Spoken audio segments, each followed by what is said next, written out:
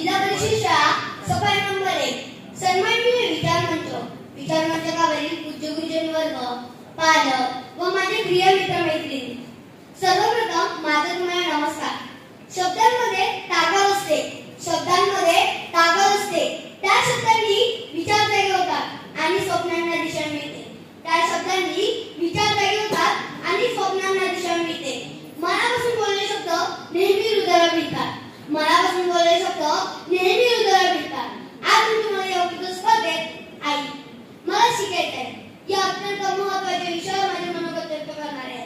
मी माझ्या भाषणाची सुरुवात एका प्रश्नाने करू इच्छितो. आपण सगळे इथे कशासाठी जमलो आहोत? आपण सगळे इथे ज्ञान मिळवण्यासाठी, शिकण्यासाठी जमलो आहोत, बरोबर की नाही? पण ज्या मुलींना शिक्षणापासून दूर ठेवलं जातं त्यांच्या मनात काय असेल?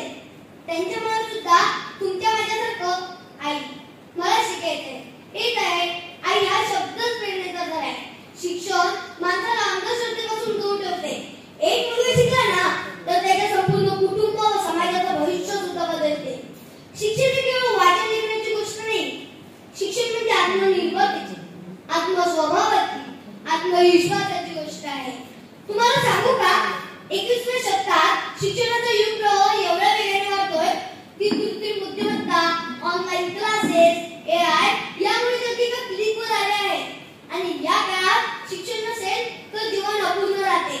एक मुलगी शिकली तर ती आत्मविश्वासाने बोलेल, मी डॉक्टर बनेन, मी इंजिनियर बनेन, मी पोलीस बनेन, मी देशासाठी काम करेन. जो घरावर विजय मिळवतो शिक्षण हे उजेड. शिक्षण त्याला उजेडच येते. चला संकल्प करूया. 4थीच्या पाठ्यपुस्तकात एक धडा आहे, मला शिकायचंय. स्नेहा नावाची एक मुलगी होती.